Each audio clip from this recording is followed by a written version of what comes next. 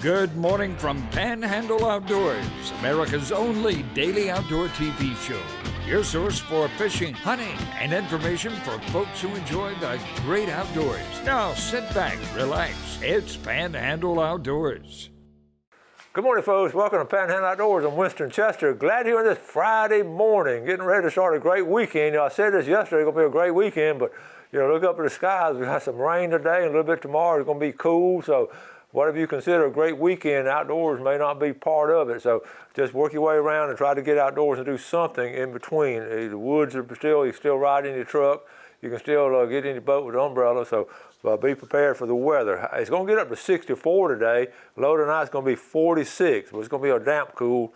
I still do not have the water temperature at the pier. We haven't had it all week. I don't know if the thermometer fell on the, went to the bottom or what, but they just haven't given us any online water temperature at the pier.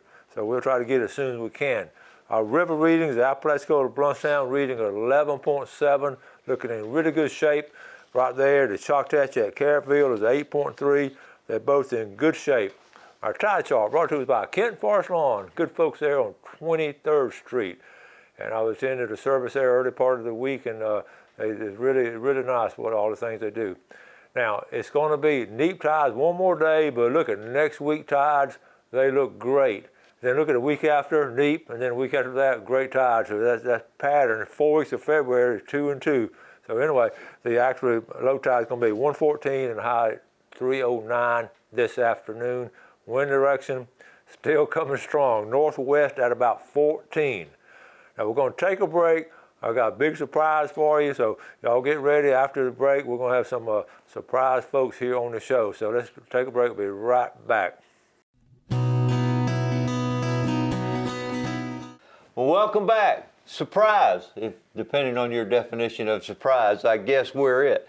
You know you've arrived when you have somebody else do the introduction for you, and then you come on and do the show. Yeah, this is not Halloween. It's not Halloween. So, anyway, we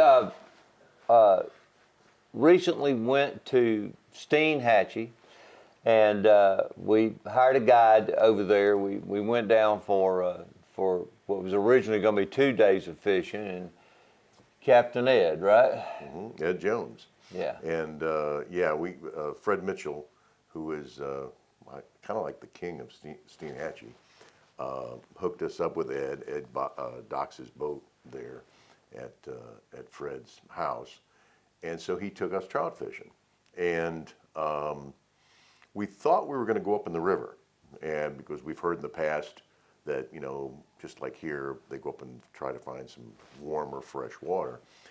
But for some reason, and the water temperature was around 57, 58 degrees, that wasn't cold enough for that area. Right. Now here, normally that is, but so we actually fished right on the fringe most of the time of the river, but in the Gulf, and drifted, and we caught a few. Oh yeah, we caught a lot of fish. This is a great guy, and we had, like I said, originally our intention of going over there was to go, up in the rivers. My dad used to go over there with some of his friends back, when I was in high school, and they would just catch monster trout up in the rivers. But the situation wasn't right, and Captain Eddie, he took us out, and we probably, between the two of us, we catch 75 fish minimum. Easy.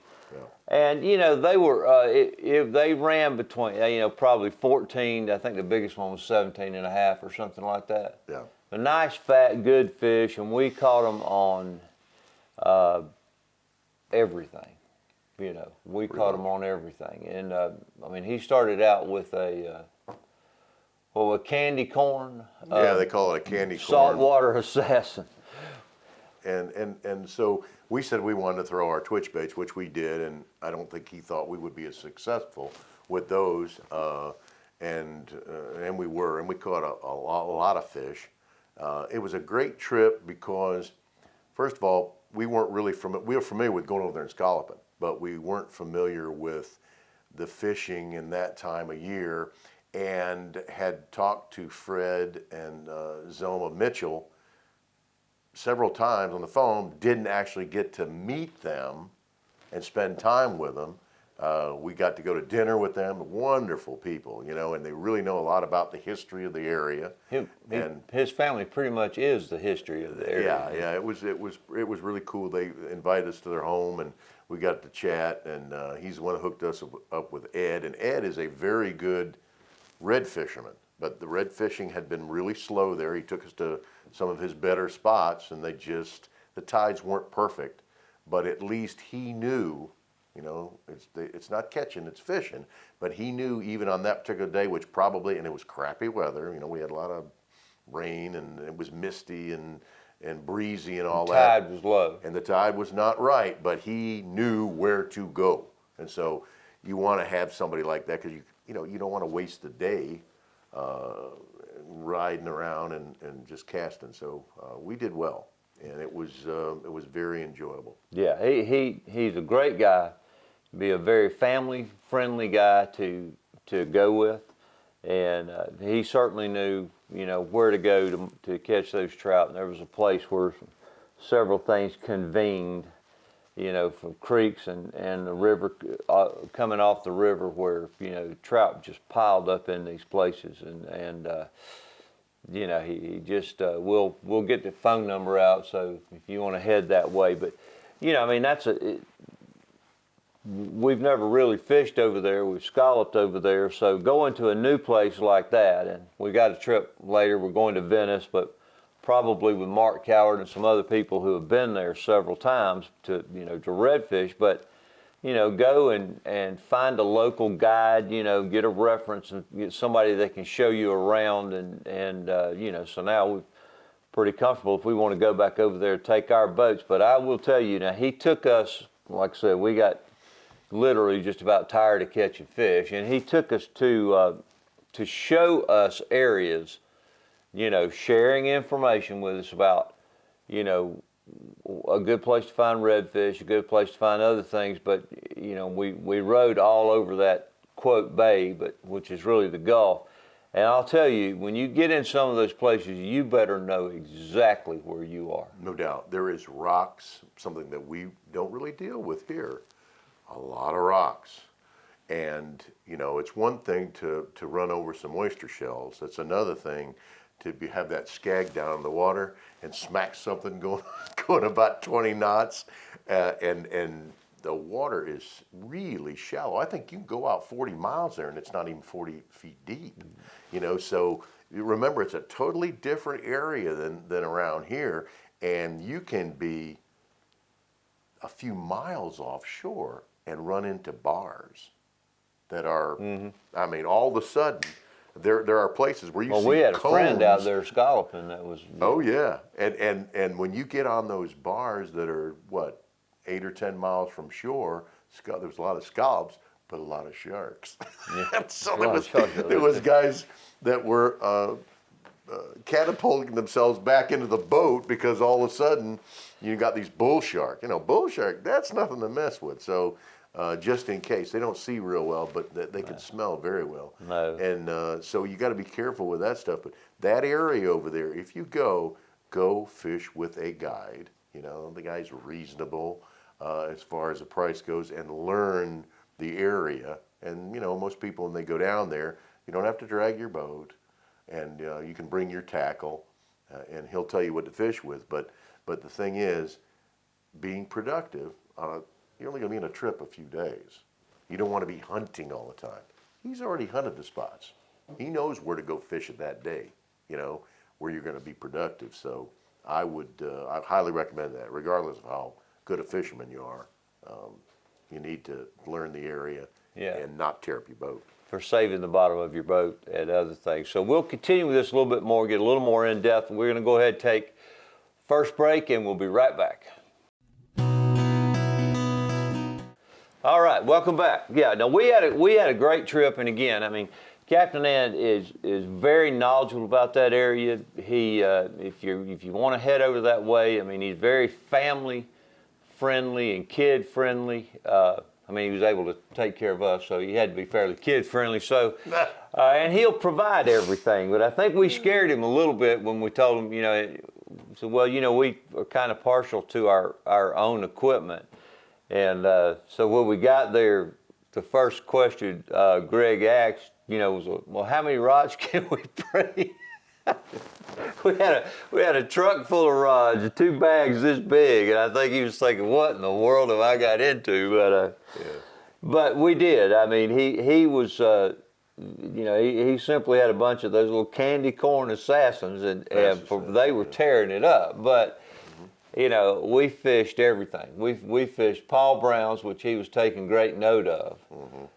We fished some. You fished some with some of the hard baits, some of the Miradines. Yeah, and I lost we were using, needed a lot of color, the red, that candy corn is yellow and red. I mean, it looks like a toy. And so I had a really dark red and black Miradine. And I guess because of the river. And the water was a little dirty. It's stained, so it made sense that you would use that. And lo and behold, I was checking my knot all the time, but when we got over there in that area where we're looking for reds, those rocks, my line got cut right there where it got hung up on one of those rocks when I was working in that shallow water, and I lost that $10 lure, which was just the first time I'd used it. I mean, I caught a few fish on it, but so you gotta, it's a different area because of the rocks and stuff like that. But it's exciting to know that that those things will lurk around those areas. It looks fishy, and it's different from here. I mean, once in a while we have oyster beds, but we don't have like boulders. And remember that one time table size and bigger. We're not talking about the scattering of rocks somewhere. I mean, these things are boulders. I have no idea how they got there, where they came from. But it also, he was telling us that it holds flounder very well, holds some of the big. I mean, these are great ambush spots if you can manage to do it without tearing your boat up, being there at the right tide. And we got in around it and fished a little bit, but he told us going over there we're not going to really be able to do anything here because it's just it was too low. It was difficult, and the conditions were pretty poor. I mean, we ran away from a couple of rainstorms that particular morning, if you remember. Yeah. And I know that one time we went offshore, and he said, "We're going to take you out there to this one place where there's a plateau, and there's a really big rock, and you really got to be careful." And he said, I was in the front scouting and looking, and all of a sudden, I mean, we're way out away from shore. Remember that cone? Here's a cone stuck on top of a PVC pipe. I'm talking about what, 3 or 4 miles, 5 miles from shore. Probably not put out by the Coast Guard. Can you imagine if you were out there coming in from a bottom fishing trip, and smacked into something like that? I mean, it'd be easy to hit it. Wow. So, I mean, it's. He had a really nice GPS, had a very good Garmin, and had. Those guys over there, everybody has their own things. There's like PVC pipes in the ground that you wouldn't see unless you were in the water, that you wouldn't see unless you were looking for them. Right. And he had them marked, and you know how that is. Even at that, we had to get close enough to find them, and that was, what he worked off of. But we had everything with us, so, there's a lot of fish there. What can you catch fish on? Well, we caught them on the Paul Browns. I was using a Z-Man. I was bouncing it off the bottom and catching trout with it. Greg was throwing the Miradine, and also throwing it when I was using a darker color with a little bit red, and then I switched to the classic white body with the red head. So just, I had a dark jerkbait on there, and then I had a white jerkbait on there, and basically we were catching fish with everything on that. So. When we found the fish, they hit whatever we threw them. Yeah. Which people say, well, the color make a difference. Obviously, when the water's stained, you've got a better chance if you use the right color in the right water. But when they were hitting, when we were in areas that held fish, we really caught them. But then when we weren't, you can only imagine taking your boat over there and going fishing, not really knowing where they're at, not being able to get information. Because when it's cold, they're going to gather up more in certain areas, and when you get in those areas, you got a better chance of catching. And the amazing thing was we were anywhere from 2.5 to maybe 4 feet of water. Right. And I caught one bluefish. Yeah. We didn't run into a bunch of trash fish. We weren't getting, and that bluefish was an isolated incident. It was the only one. So like here, when you're out there, everything in the world's going to hit you. I mean, you're going to get killed on that. So I caught a snakefish and also a blowfish. Remember the oh, blowfish? that's right. That's right. And it bit a big chunk out of my Paul Brown. So. All right, we're going to get out of here. We got a drawing coming up, so be sure you're here for that. We'll be right back in a minute. Welcome back. We forgot, and we will now give the fish and game times. Blue Water Outriggers from St. Joe, 5:20 a.m. to 7:20 a.m. and 5:48 p.m. to 7:48 p.m. So now you know when to go. Tough day. A lot of wind. It's going to be difficult. You gotta hunt away. You gotta find a way in this kind of stuff. And leading into that, Blue Water, of course, we spent a lot of time and a lot of money over there with them. But if you need it, they got it. It's a great place to be.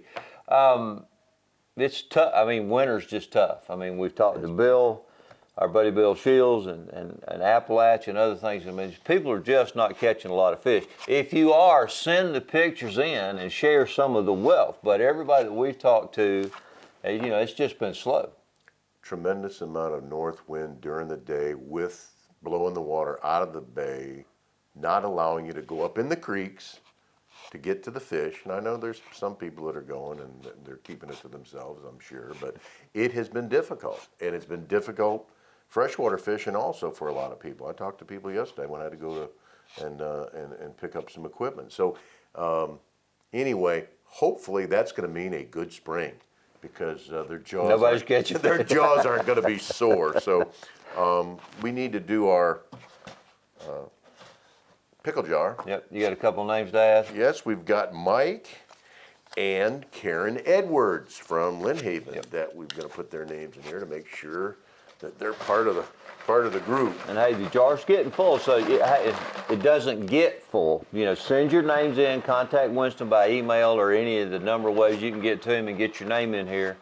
The first couple that we're going to draw are for extremely valuable $25 Los Antojitos gift cards. Right. So we got 2 of those. So all right, okay, Mr. Mayor, what do you got there? Greg Burdick. No.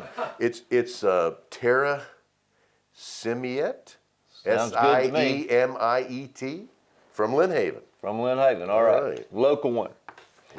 And gift card number 2 is, let's see, Tun Ragaggio. You got all the good names. I did. TUNRAGADIO from Southport, Florida. All right, email in, let Winston know. He'll mail these gift cards to you in Los Antojitos. I'm sure you've been there, you know how good it is. Wonderful. Now we're gonna draw for a $20 gift certificate from my good friend Greg Abrams, Tarpon Dock Seafood.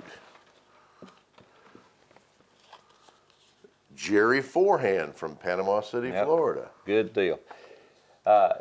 As far as Tarpon Dock goes, if your name is called, they're going to have it down there. You just go down to the Tarpon Dock, tell them who you are, and they will hook you up with that. So, yeah, see Clay or Kenny. Okay. Well, can't pull 2 at once. Here we go. Wendy Hughes. Wendy, you know where you live, but you didn't put where you live on this card, but Wendy, you won. And that, Wendy, you have the whole red snapper. So that's, if you don't want it, just email Winston, I'll go get it for you. No problem. And I'll clean it. Yeah, well, so anyway. All right, looking into what we've got going on. Looking forward to a great spring. And, I know one thing that's always on my schedule is making that semi-annual trip to the mountains and fly fishing. We had a great fall trip. I'm looking forward to the spring and hoping Winston can get back up there again, just for the entertainment value of seeing him in that stream out there and pulling stuff out of the trees. But also, this is going to be the year that we go to Venice to redfish, right? Absolutely. It has been hurricanes, and it has been COVID, and it has been everything in the world has gotten in our way. But, you know, we've had some great Mark and Michael Cowart tournament fish over there, and they've offered, you know, for us to go over there, take 2 boats and fish. I've got friends and clients who fish over there who, you know, have, you know, offered to, you know, share that information and places to stay. So, I mean, we've just been dying to go and never been. Absolutely. It's just finding the time and making sure you go. And this is the time for people, too, to remember, you know, if they're not fishing as much, this is the time to get your lower unit, the fluid change in your lower unit. This is the time to get your motor, where when you get out there and do finally get the fish, it runs. So get your equipment out now, get your rods. That's what I was doing the other day. Get your reels respun and get your boat taken care of. And you know what a lot of people forget to do? Putting water in their batteries. You go run that charger all the time because you want to keep that trolling motor going, and you don't keep water in your batteries, guess what? You're going to get out there and they're going to be dry. Take it from experience. You know, get those things all done before you get out there. And even thinking about it today, I need to go check the water in my batteries. You know, don't wait until it's late spring and 70 degrees and everybody's wanting to go fish and everything. You know, you got to get those rods and reels out there now and get them done. So, all right, they're waving at us, man. We got to get out of here. Appreciate you watching, and God bless. Have a great day. Thanks for watching America's only daily outdoor TV show, Panhandle Outdoors with Winston Chester, featuring hunting, fishing, and other activities and information to help you enjoy the great outdoors. Join us next time for Panhandle Outdoors.